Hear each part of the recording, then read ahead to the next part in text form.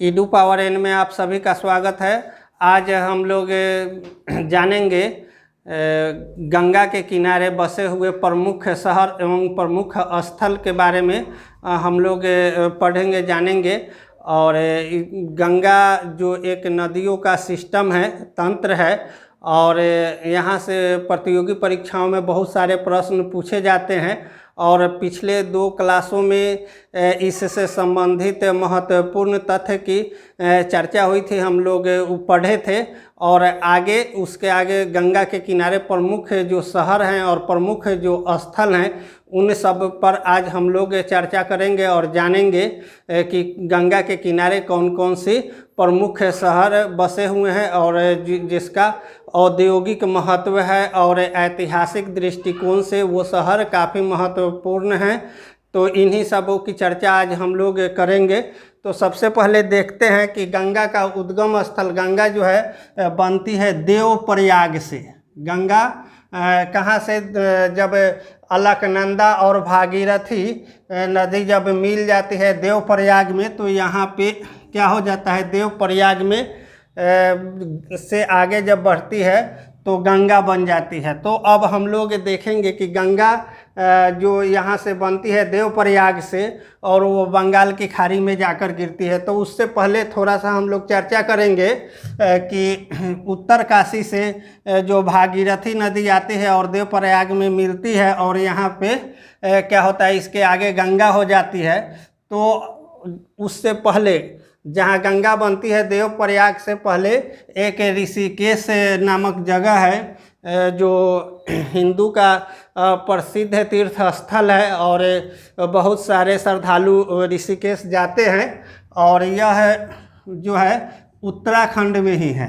अब आगे हम लोग देखते हैं कि यहाँ से जब गंगा बनती है तो देवप्रयाग से जब आगे हम लोग आते हैं गंगा, तो वहाँ पर जहाँ पे हरिद्वार जो है यह भी एक हिंदुओं का धर्म स्थल है, तीर्थ स्थल है। और यहाँ क्या है कि गंगा यहीं से मैदानी भाग में प्रवेश करती है। और ये प्रतियोगी परीक्षा में बार बार प्रश्न पूछे जाते हैं कि गंगा कहाँ से मैदानी भाग में प्रवेश करती है। तो हरिद्वार से ही गंगा क्या करती है कि मैदानी भाग में प्रवेश करती है। और इसके बाद इसके आगे क्या होता है कि जहाँ पे गंगा मिलती है रामगंगा से, गंगा नदी जहाँ रामगंगा से मिलती है, तो वहीं पे एक कन्नौज शहर बसा हुआ है जो इसकी महत्ता ऐतिहासिक दृष्टिकोण से भी यह स्थल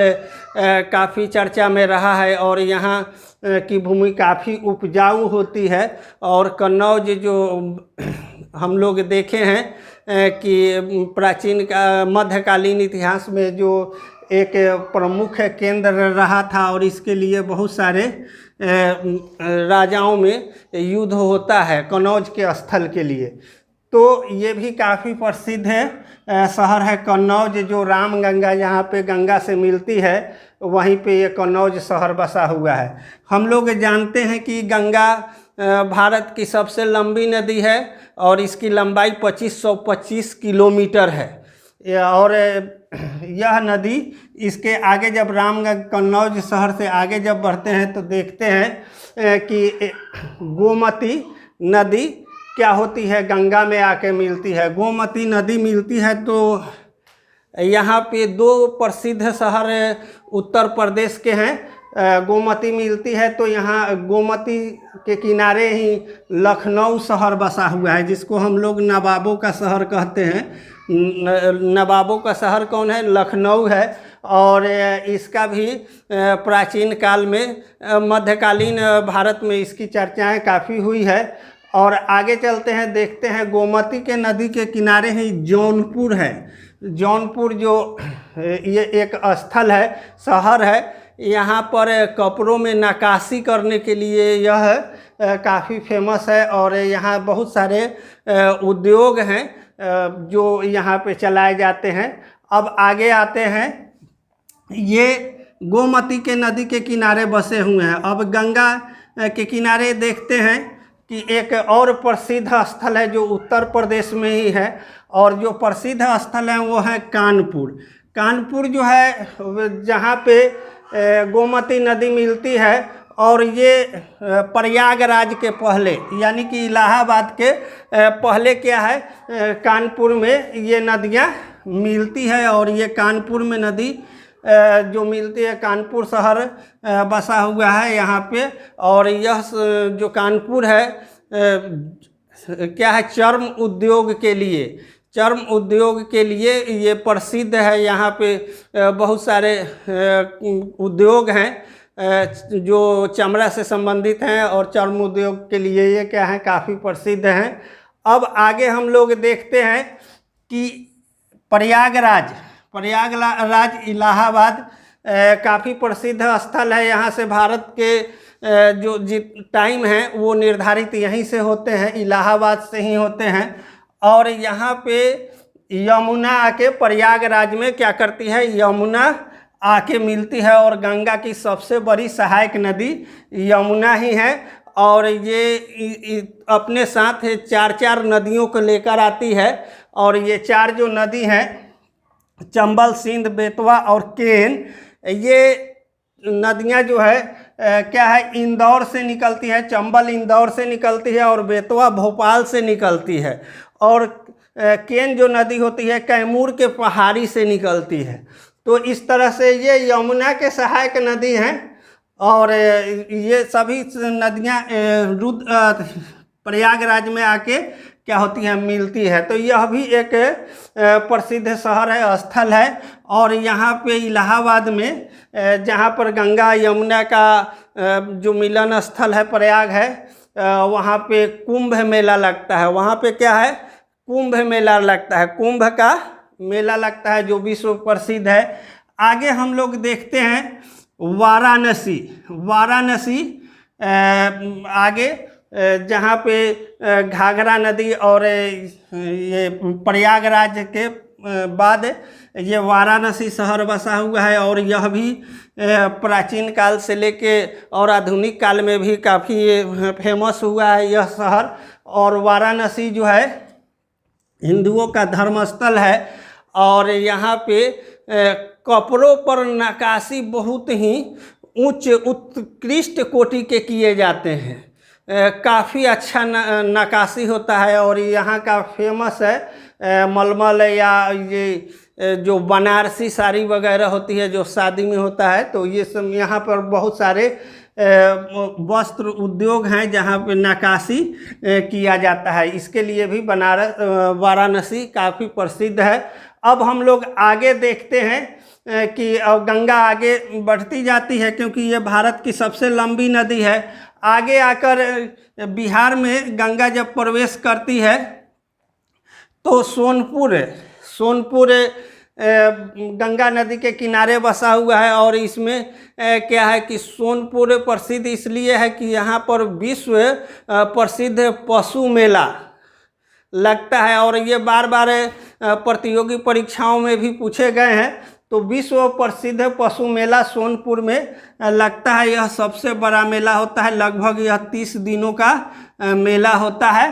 अब इसके आगे हम लोग देखते हैं कि कोसी नदी मिलती है, जिसको हम लोग बिहार का शोक कहते हैं। और बिहार का शोक इसलिए कहते हैं कि कोसी अपने साथ बहुत ज़्यादा तबाही मचाती है उत्तरी बिहार के क्षेत्र में, और इसीलिए और यह कोसी नदी जो है, इस नदी की एक खास विशेषता है कि यह अपने मार्ग को रातों रात बदल लेती है। यह मार्ग को अपने रातों रात बदलती है, इसलिए यहाँ बिहार के उत्तरी बिहार में यह काफ़ी तबाही लाती है, इसीलिए इसको बिहार का शोक कहा जाता है। आगे हम लोग देखते हैं कि यहाँ पे सोनपुर से आगे जब हम लोग देखते हैं तो पटना प्रसिद्ध स्थल है, जो प्राचीन काल में भी जिस समय मगध या लिच्छवी गणराज्य थे या अंग पुरु ये सब जब गणराज थे उस समय भी यह स्थल काफ़ी प्रसिद्ध था और इसको पाटलिपुत्र के नाम से पहले जाना जाता था, बाद में फिर इसका नाम पटना पड़ा है। तो ऐतिहासिक दृष्टिकोण एवं अन्य दृष्टिकोणों से पटना भी प्रसिद्ध स्थल है जो गंगा के नदी के किनारे बसा हुआ है। अब आगे हम लोग देखते हैं कि गंगा नदी के किनारे भागलपुर, बिहार का ही एक उसको कहिए कि पूर्वी भाग में क्या है, भागलपुर है। और भागलपुर भी जो है काफ़ी उद्योग के लिए, और यह एक बिहार का दूसरा सबसे बड़ा शहर है और यहाँ पे बहुत सारे उद्योग धंधे चलाए जाते हैं। तो भागलपुर भी गंगा किनारे अवस्थित है। अब आगे देखते हैं, यह गंगा नदी आगे बिहार को पार करती हुई पश्चिम बंगाल में प्रवेश करती है और वहाँ से इसका एक ब्रांचिंग हो जाता है और वह पीछे की ओर ही मुड़ जाता है, जहाँ पे उसको हम लोग पश्चिम बंगाल में हुगली कहते हैं। तो हुगली नदी के ही किनारे कोलकाता बसा हुआ है। हुगली नदी के किनारे ही क्या है, कोलकाता बसा हुआ है, जो 4 महानगरों में से एक है। तो इस हुगली नदी के किनारे क्या है, कोलकाता बसा हुआ है जो पश्चिम बंगाल में है। और बंगाल का शोक दामोदर नदी को कहा जाता है। बंगाल का शोक दामोदर नदी को कहा जाता है, इसलिए कहा जाता है कि जिस तरह से कोसी नदी बिहार में तबाही लाती है, उसी तरह से ये दामोदर नदी क्या करती है, कोलकाता में यानी कि पश्चिम बंगाल में क्या है, तबाही लाने के लिए ये दामोदर नदी जिम्मेवार होती है, इसीलिए इसको बंगाल का शोक कहा जाता है। अब हम लोग देखते हैं कि इस तरह से गंगा नदी आगे आकर क्या होती है, बंगाल की खाड़ी में गिर जाती है। इस प्रकार गंगा किनारे बसे हुए प्रमुख स्थल जो हैं, और इन स्थलों के अलावे भी बहुत सारे स्थल हैं जो गंगा के सीमावर्ती क्षेत्रों में बसे हुए हैं। और गंगा जब शुरुआती स्टेज में गंगा से भी ऊपर हैं तो वहाँ पंच प्रयाग है, और वो प्रयाग भी काफ़ी प्रसिद्ध है। उसमें है विष्णु प्रयाग, कर्ण प्रयाग, रुद्र प्रयाग, नंद प्रयाग, और उसके बाद है ये प्रयागराज। तो ये भी स्थल काफ़ी प्रसिद्ध हैं यहाँ घूमने के लिए, भ्रमण करने के लिए, और अन्य कारणों से भी ये स्थल काफ़ी प्रसिद्ध हैं। तो इन्हें प्रतियोगी परीक्षाओं में भी बार बार ये प्रश्न पूछा जाता है। तो ध्यान रखेंगे आप लोग, स्क्रीनशॉट एक ले लें ताकि इससे जुड़ी हुई महत्वपूर्ण जानकारी, अन्य जानकारियाँ आप लोग को हो सके। और आज मेरे द्वारा बताए गए जानकारी आप सभी को अच्छा लगा होगा, इसलिए मेरे चैनल को लाइक, शेयर और सब्सक्राइब निश्चित करेंगे। जय हिंद, जय भारत।